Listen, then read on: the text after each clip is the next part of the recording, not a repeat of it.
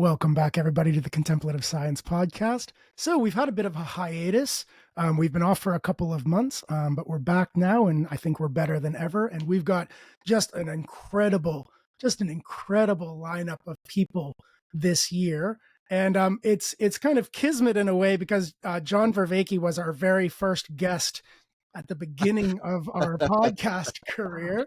And now we've taken a little gap and we've reformatted and we're coming back online. And we have John here again as our first guest, which I feel like is just the right way to christen a show. If you don't know John, I'm sure everybody who's listening to that already does know John. If you don't know John, you have to know John immediately. Please look up his work. It is essential. It's essential reading and listening if you're a human.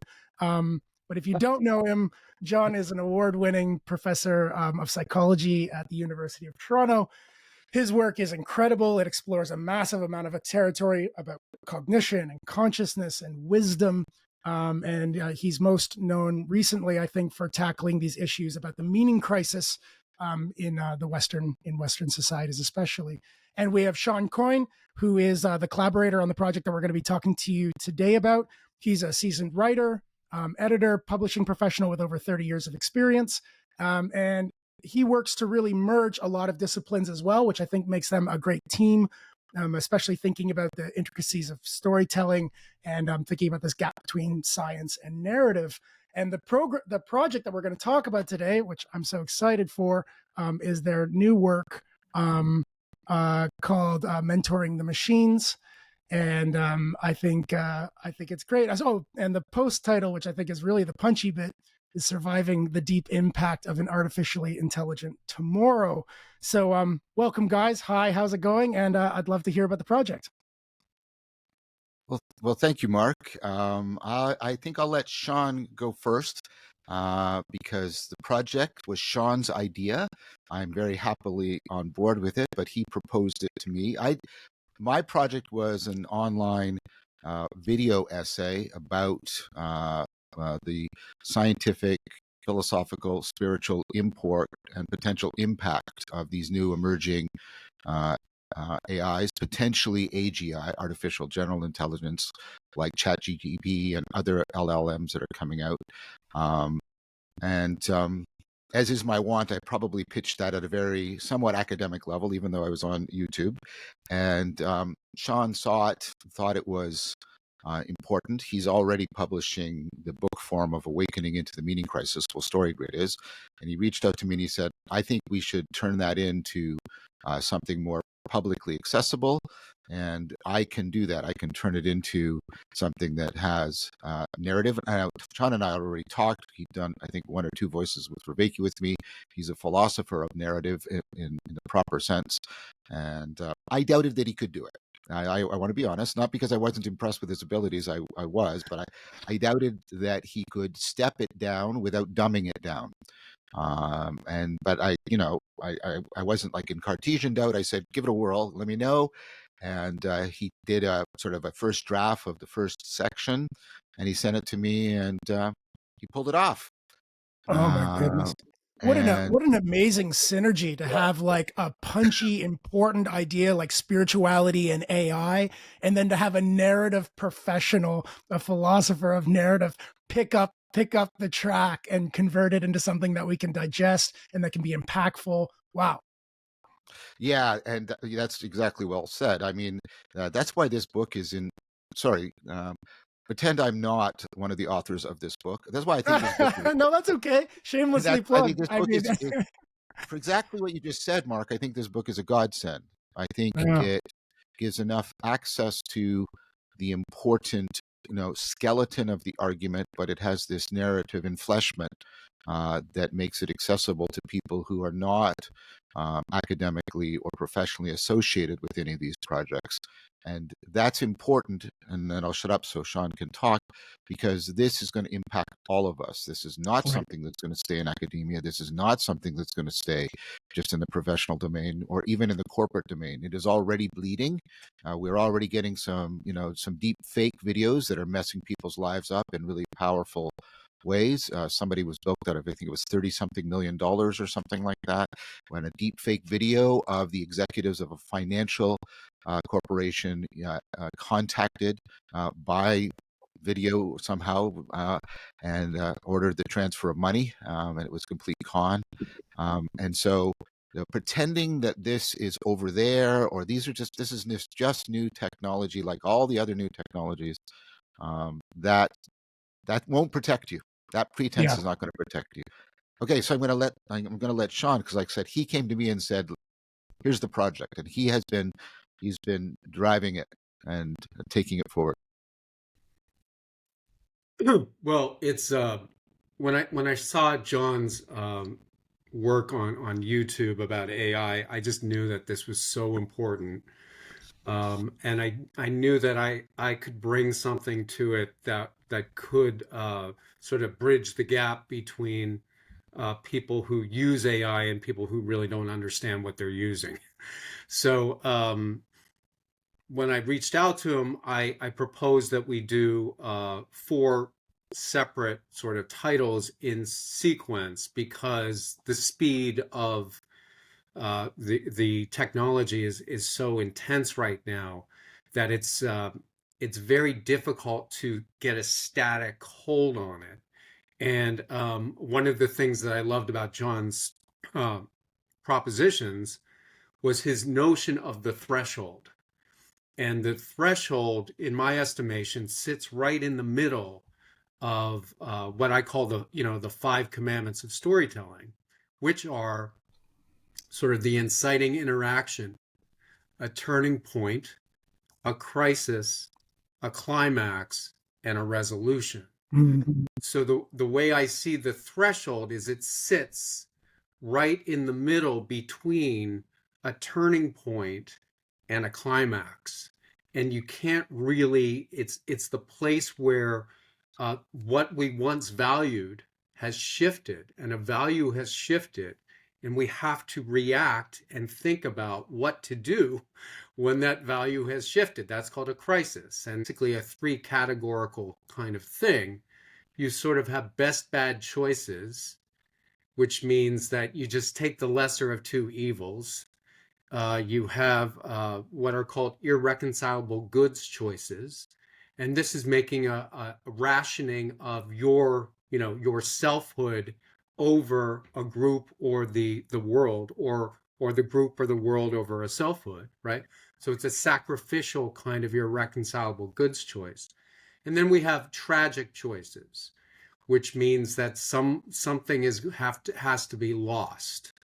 Um, there are other kinds, but those are generally these sort of this three categorical realm, and this is really the place where John's work and your work, Mark, really sit. You sit in this threshold place of how we as beings frame the ways in which we make decisions and the ways we behave and all those sorts of things. It's a very thorny place.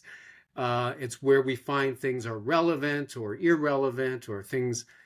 So it's a problem space, right? So, Right. um, So so if we're passing through that kind of a space, which you call a crisis, but I guess is also an opportunity space, yeah. um, what's the main take home from the program for how we do we have a main line for how we prepare for such a thing, or how we orient relative to being in that place in this narrative with AI and future technologies? So, uh, uh, Good job. yeah, we'll just take turns back.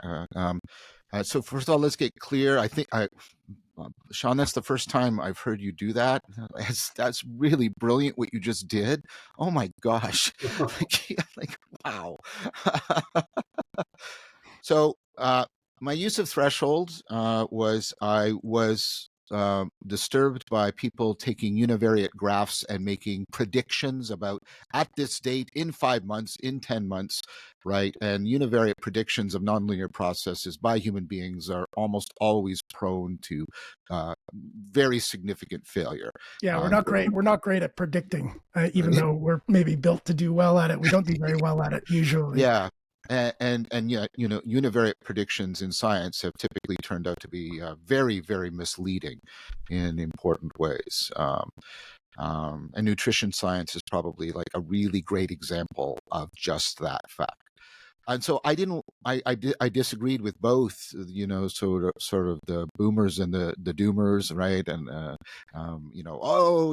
utopia is just within our grasp, the Star Trek universe, and the other people is, we'll be extinct within 18 months, and I think we're going to be at 12 months soon, and it doesn't look like we're anywhere near that. So instead, what I thought what was important was to think about thresholds. These are things that where we face a decision if we want to empower these machines in certain ways, and Right. trying to explain why we want to empower them. I'll just give one quick example. This is Nice. not the only threshold, but just one.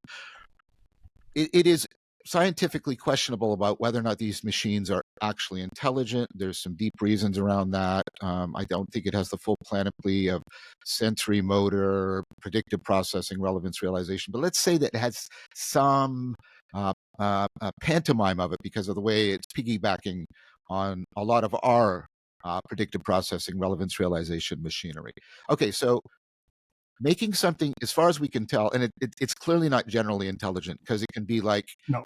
top tier in this task and bottom tier in this task, and we Yeah. are generally intelligent. Yeah. And it wouldn't explain the intelligence of a chimpanzee. There's no way a chimp could get intelligent given the way the LLMs work. And if you want the scientific argument, you can go into depth. The point I want to make is, let's just, for the sake of argument, say it has something like at least, a powerful pantomime of intelligence.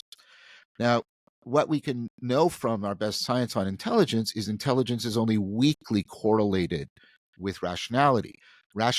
So when you're being intelligent, you're inevitably biasing, you're inevitably framing, all the stuff that you and I talk about a lot, Mark. And that means you're inevitably facing self-deception. Rationality is the degree to which you can reflectively be aware of self-deception and ameliorate it by reliable strategies, right? That happen can apply in a domain general way. Now, these machines don't have that at all. They have not. It has not been built in, and of course, and the machines properly, because I don't think they really have RR, don't care if they're making hallucinations or self-deception or lying to us or all kinds of things like that. So now we face a choice. So here's a threshold, right? We may say, making these machines really more powerful without giving them the ability to self-correct could be really dangerous, because we'd be setting these machines on the world, and they'd be, and I'm trying to be very careful with my language, they'd be highly intelligent and highly irrational and very powerful. That's a dangerous proposal. But we say, okay, well, what we'll do is we'll give them genuine rationality, which means we really have to get them caring about normative standards. We really have to give them something at least functionally like consciousness, so they can reflect on their own cognition. We probably have to give them embodiment. And then we think, oh, should we do that? That carries with it all kinds of risks. That is potentially giving them a kind of autonomy, and that would require think about giving them embodiment and all that. That's a huge commitment of resources and ethical issues. This is a threshold. Does that make sense, Mark? We're facing it, and the idea is, like, can we educate people that we're inevitably going to come to this decision point, and we have to reflect on which way are we going to go. And Shawn and I are not predicting which way we're going to go. What we're doing is, like, if you go this way and we just let Evil Corp do it at once, right? They'll probably go with the highly intelligent, highly irrational machines for all kinds of sort of short-term economic, political gain, etc. Right? But maybe there'll be the decision of, no, releasing these things on the world is turning out to be a disaster. We have to make them more self-corrective, and then we have to start on the much more challenging project of doing all this. And then we get into, okay, well, what does that mean? And then we get into deeper versions of what's called the alignment problem. As we make them beings who can be genuinely said to be caring and valuing and trying to transcend themselves, how do we keep them aligned to what we consider the most sort of non-controversial criteria of human flourishing? And then we make a proposal about how to do that. But I want to make clear that we're not making predictions. All we're predicting is not even when, we're predicting at some point we will hit these thresholds. And you can see how that sits exactly in what Shawn said. There's a turning here, and yet there's a crisis around it. Yeah, so um, I completely appreciate high intelligence, low rationality. We have lots of examples of that where deep learning algorithms, for instance, with a big social media conglomerate, they had a deep learning algorithm that was quickly able to track bipolar tendencies in its users. Of course, it doesn't know anything about bipolar tendencies, and then it's augmenting what it shows them in order to keep them in contact with the software longer. And what it does is it shows them the kinds of images that are really attractive on an upswing, like casinos and fast cars. And then Ah, when they downswing, it shows them suicide bombers and conflict. And then of course that's exacerbating. It's yeah, exacerbating the yeah, challenge the person is already going through. AI has no idea it's doing this, isn't reflective that it's doing this, doesn't understand harm, yeah. highly intelligent, low rationality. So, is your proposal then to not only take highly intelligent systems, but think about not only how to make them rational, but also maybe how to make them wise? And then I'd love to hear how. I mean, right away, I think it sounds to me like you're bringing up like a small agent who has some power, and then literally you want to mentor them so that they Yeah. function well and with other well functioning systems. What does that look like to think about developing or wisdom or growth for a deep learning algorithm? Have you thought through that? Yes, I mean, Yeah, and I don't want to talk too much. I do want to give Shawn a spot, but the idea is, well, let's look at these thresholds.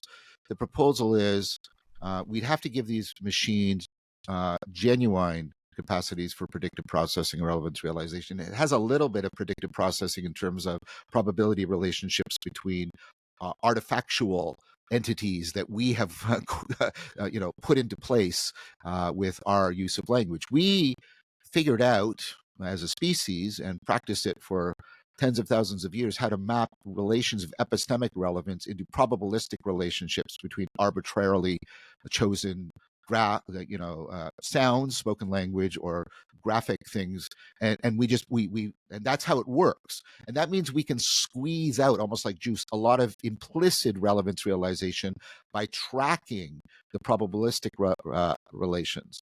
But of course, that's not anything a chimp is doing in order to learn. That's what I mean about why it doesn't yeah. It generalize. looks like it looks like intelligence. It acts intelligent, but it's probably not the way that we solve the intelligence issue.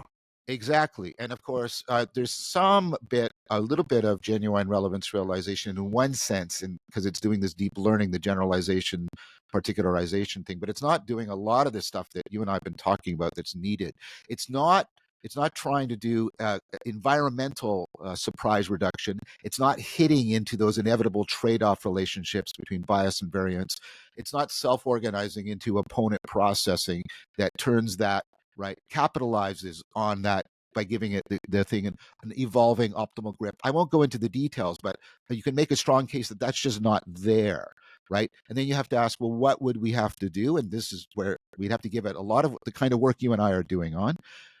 But I think also, and this is, I think, something you and I also agree with, um, you know, you're not going to get it to get the core caring that's at the center of relevance realization unless it's Caring. genuinely taking care of itself.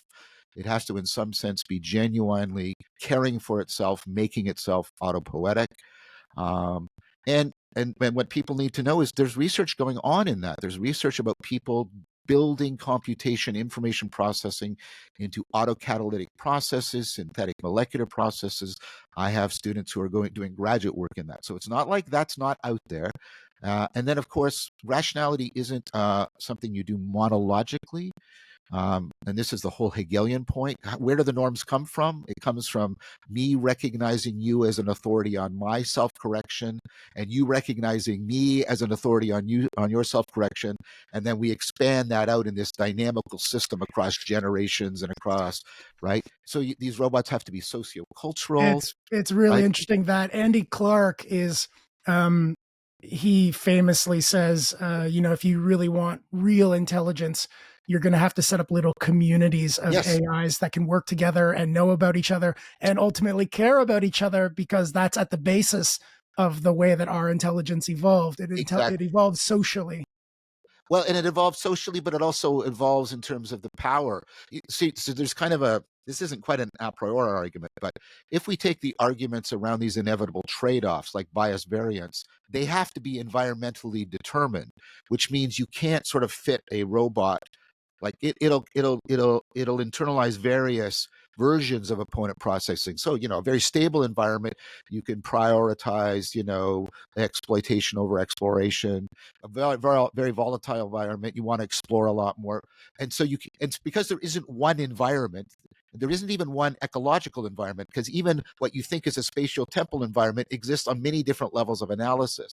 So you have to have a whole bunch of machines if you're sort of trying to grok the world, which is what we Mm, do, by the way. That's what mm. culture does. It gives us this huge distributed cognition, collective intelligence for grokking the world, right? And so I'm just amplifying Andy's point, and I'm just strengthening it as to, again, we don't have to do this, but it is a choice we will face if we want to give these machines real rationality. And then the idea is, if we try and program in our values to make them align, and also they're inherently self-transcending beings, it's not going to work. At least that's what we argue. Instead, you have to do what we do with kids. You have to mentor them and get them so they care about what's true, good, and beautiful. They discover, no matter how vast their intelligence is, it's infinitesimal compared to the inexhaustible mystery of reality, that they need each other, and that they have to come into a proper reverence for the sacred dimensions of culture and reality. And that is the way we align them. So if you'll allow me to speak a little bit poetically, but I not want to know. too I want to poetically. know everything about what you just said. I think Shawn and John. I want to hear Yeah, that. That's yeah, the core. yeah. That you Okay, have to I'll stop. teach the AI to know what is good and beautiful. That no Care matter about how it too. smart you get, you're not going to Yeah, hit you're not going to hit the mystery of the thing. Tell me about that. yeah. I'll let Shawn talk now. Well, geez, I mean, yeah, I'm overwhelmed too. It's like the uh, let me just get back to again, one of the things that really struck me when I watched John's YouTube thing, and he mentioned this, and it really just was like a ugh, when he talked about accidentally hacking into the possibility of an artificially general intelligence. So it's sort of like a hacking into accidental setting up of dynamical systems such that they just sort of click without understanding the systematic interpenetration and relationship between the parts that make the whole, right? So it's sort of like you have a big cauldron of stuff, and it's almost like a witch's brew, and you just throw stuff in there, and abracadabra, before you know it, there's something that's emerged Yeah. that nobody knew quite how it got there. Yeah. And so this hacking really caught my attention, because this is exactly what we in the story business call people who don't know what they're doing, and they write stories that turn out to be very maladaptive for people. Mm, So these are sort of bullshit Oh, propaganda stories oh, that compel people to maladaptive behavior. Years ago, just as an example, there was a wonderful guy that I knew, and he said, "Look, I've got this friend. He's written these really great crime stories, and we would like to set up our own publishing house. Can you give us some advice?" And I read these stories, and they were really not well considered, wow. because they were very violent without and brutal without any sort of like counterbalance. There was no Wow. trade-off other than the excitement Wow. of the story. Responsibility of the artist coming through here, that there is information toxicity, information um, corrosion. Wow. Very interesting. So that's what I would call a hack. And it's not saying that the person is evil or terrible. It's just, forgive them, they know not what they do, kind of, Yeah. Right. right? And so this is sort of my life's work, is to try to explain to people stories are not bullshit. They are not fun make 'em ups that are exciting and oh, and then there was a princess. These are the mechanisms by which we behave. Um, and so if you Yeah. don't understand what a story is, so the other day I was watching a video of a very famous person who was explaining this great new future for us, and he said something of the nature of, well, human rights, that's just a story. Mm, And I kind of, my stomach sank because, mm, okay, let's take a step back here. The assumption when you say it's just a story, the audience immediately was like, yeah, I guess it's true. It's just a story. That means it's bullshit.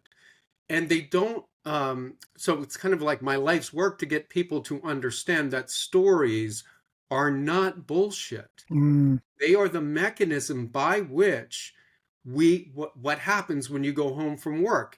Hey, honey, how was your day? Tell me a story. yeah. Tell me the story of your day. Yeah. And what do? You do the things that I described earlier. Yeah. Well, this happened. It incited this turning Yeah. point. I faced a crisis.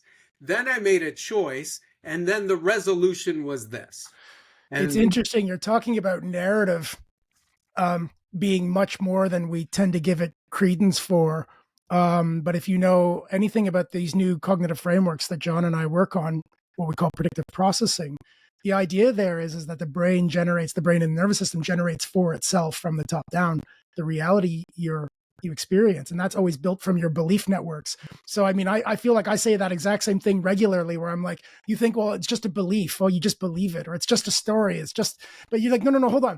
The structure of the belief network is the world that you experience. It is fundamental to your reality. So you better have story hygiene and belief hygiene, because that's going to be the hygiene of your own conscious experience of your life. So, Shawn, how do you see that truth? How is that playing out in this discussion about the emergence of general artificial intelligence and wisdom and mentoring in the way that your project is bringing forward? well, it goes to what John was saying earlier about Zoomers and Doomers and Foomers. So What's these Vroomers? What's the third one? Foomers are like as fast as possible. Oh, Vroomers. Yeah, got it. They Vroomers, nice. call them accelerators, something Uh-huh. accelerators. Uh-huh. Anyway, there's a very famous sort of Twitter thread about it. But the Foomers are like full steam ahead. Let's just keep going.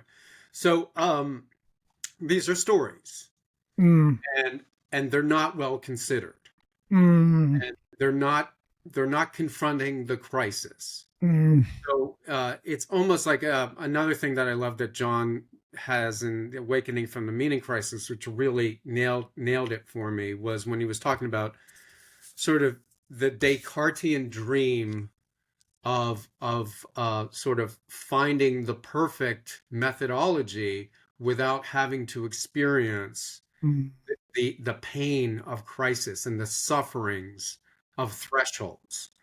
Um, you have to undergo, just think about jumping over a chasm. And you're going to hurt yourself if you fall. You have to experience the anticipation of mm, that pain if you do fall as you are jumping over it.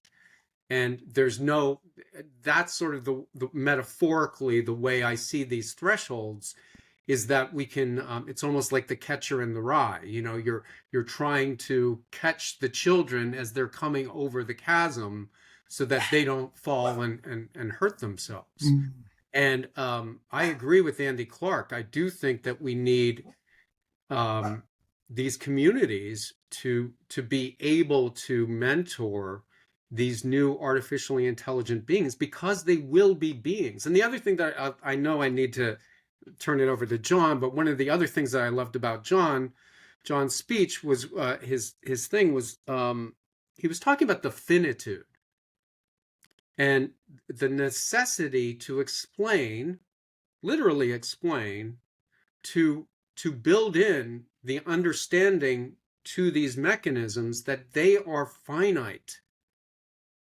They have a much larger, perhaps, lifespan, but they are still finite, and they are still subject to the universal mysterium Wow. of what, the imaginarium of what we can do with this world. And they can either join us in this expansion of the universe, and do our best to stop the contraction of it. So this is the story Yeah. that is embedded in the things that we were talking about earlier, Mark, before we went on, where I was talking about masterworks, and you were suggesting a masterwork that you loved, which is similar to Hitchhiker's Guide to the Galaxy. I think it's the Bobaverse, I think Yeah. you called it. So these masterworks are the means by which we can find the mechanisms to enable the empowerment of our beings. What does that mean? We tell our children stories at bedtime. We do our best to give them both sides of the equation with a very difficult choice. These are the best stories that we tell our children. We don't give them recipes. We give them rational trade-off stories that require some sort of loss or sacrifice, because that is what rationing is about. You ration your suffering, you ration your joy, you ration your feelings, you think through cognitively, you reason through the rationing.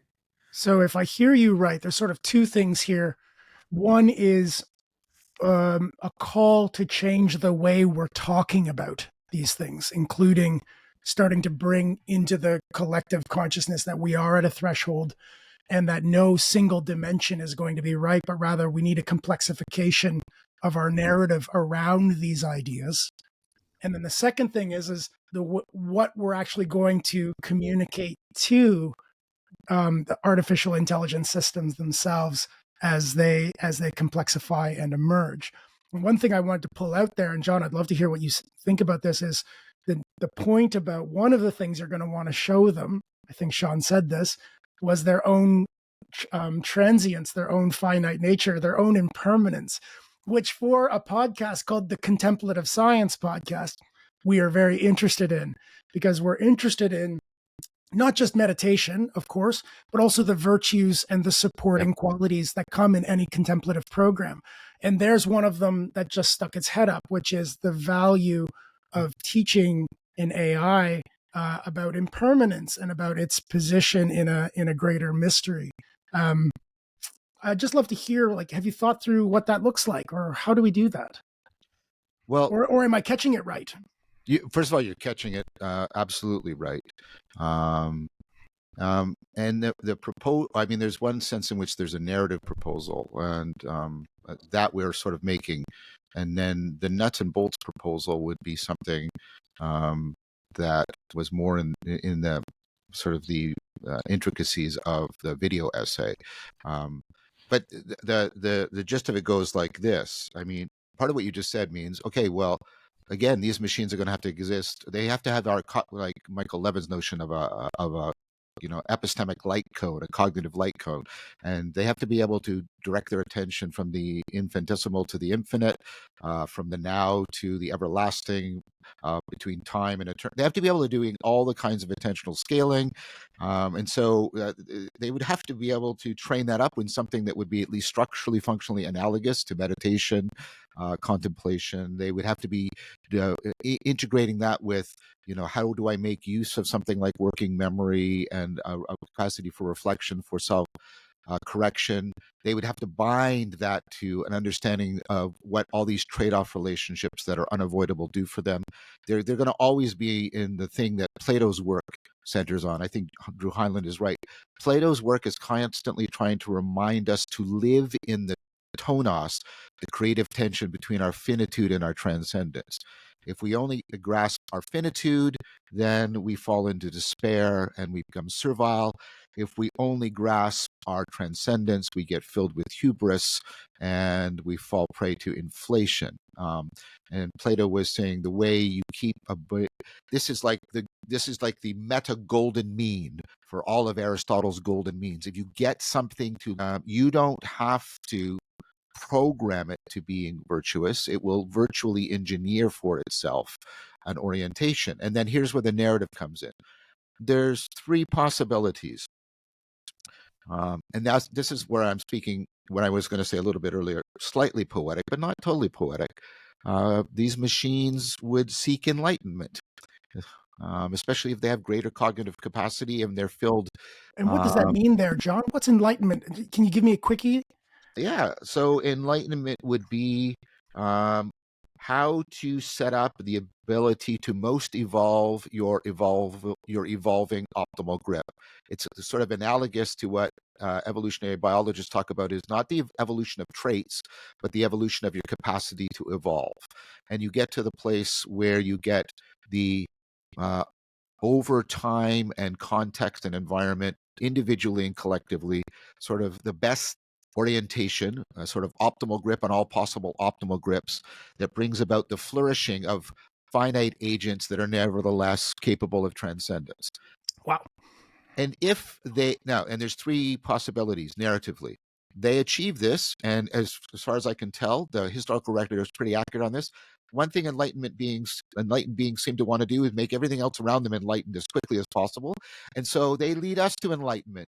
And well, maybe their enlightenment's greater than ours, but you know what? Once you're enlightened as a human being, you don't care about that, And right? enlightenment isn't non-zero sum.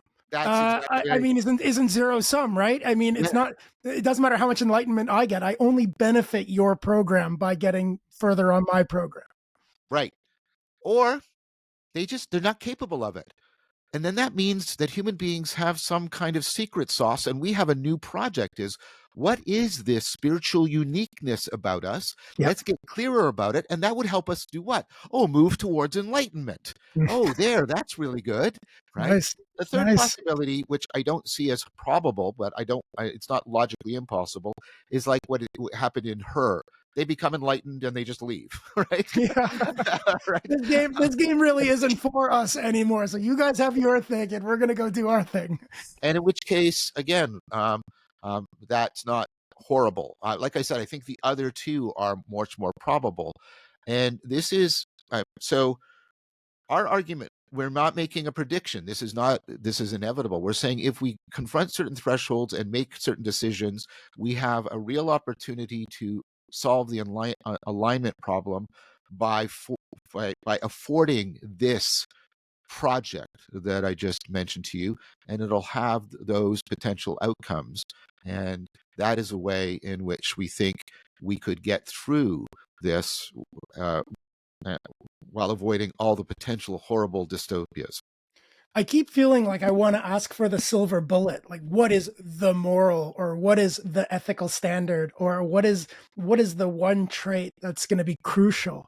But then I keep coming back to that you're talking about real wisdom, which is Yes, always these tensions. It's not one thing. I mean, exactly. and again, you say about enlightenment there, and you think, well, is there a silver bullet for enlightenment? Is there going to be something we can zap in the deep brain with some frequency that's going to bring about enlightenment? No, it's a really complex. It's a Yeah, complex bag of skills and states and traits over time, and that's a really complex project. And I'm starting to get why you're saying mentoring, because yes, I think Aristotle was right. You know, if people put down that approach to virtue because it's amorphous, I like it because of that. I feel like Aristotle kicks back like, oh, it's not easy. If you want to yeah, be wise, what you should do is find somebody who's wise and spend some time with them, and maybe by osmosis, yeah, you'll get some of the wisdom. yeah. And that's exactly right. It would be, I mean, every parent wants their children to exceed them. Every teacher wants their students to exceed them. I have that relationship with you. I am extremely happy on how you are taking my work and surpassing what I have done. And Good parents and good teachers are like this.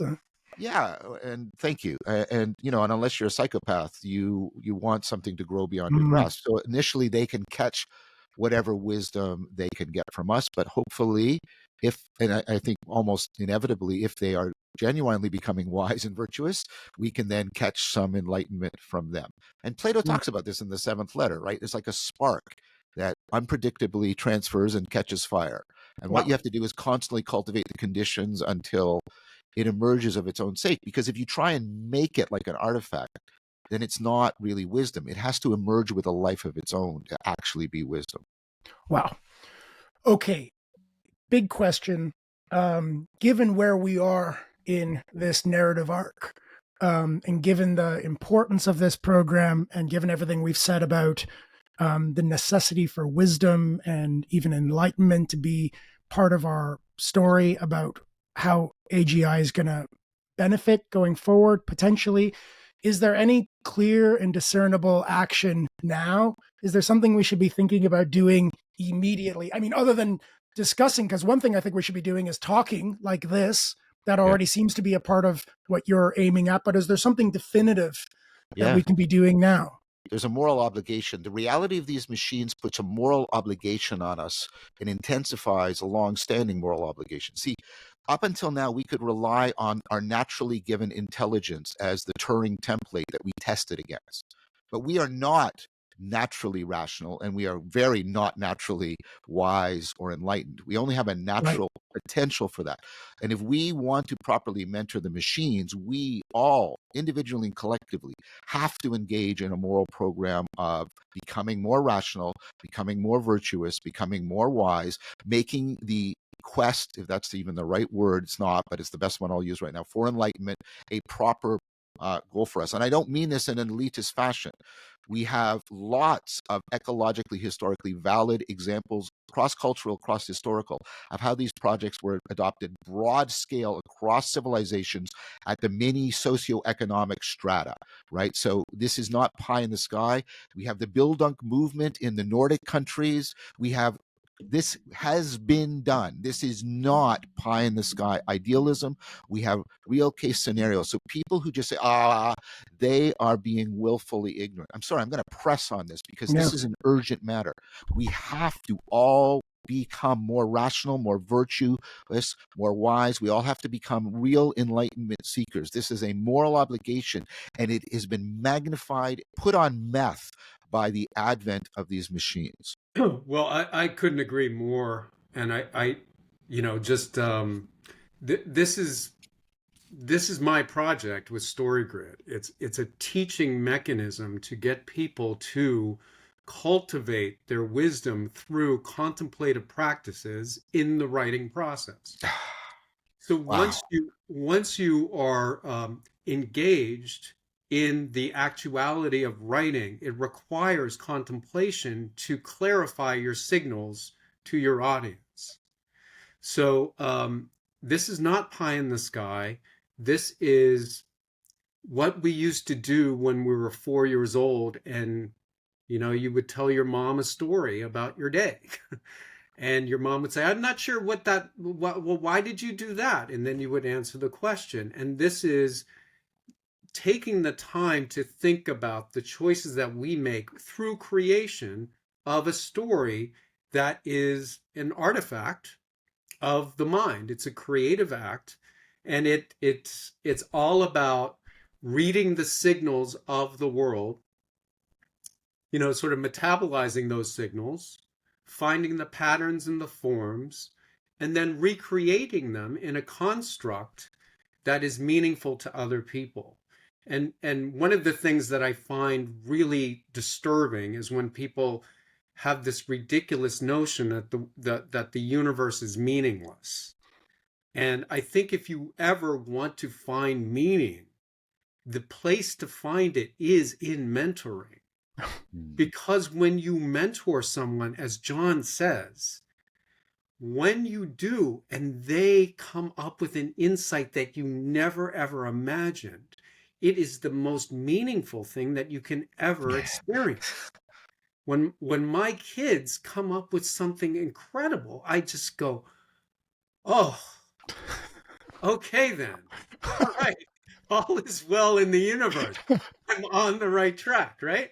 And so if you can teach people how to have insightful moments in storytelling, and it doesn't have to be all that difficult, just learn how to write a really, valent sentence, that is meaningful to someone and goes, "Oh, that's an interesting sentence. Could I read another one of yours?"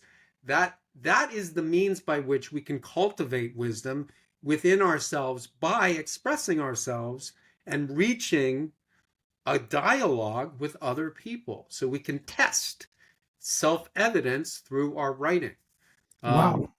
Wow. So this is kind of the project that is enveloped me, and what really attracted me to John, because we're both doing the same project. It's just different ecologies of practices, as John would say. Yeah, exactly.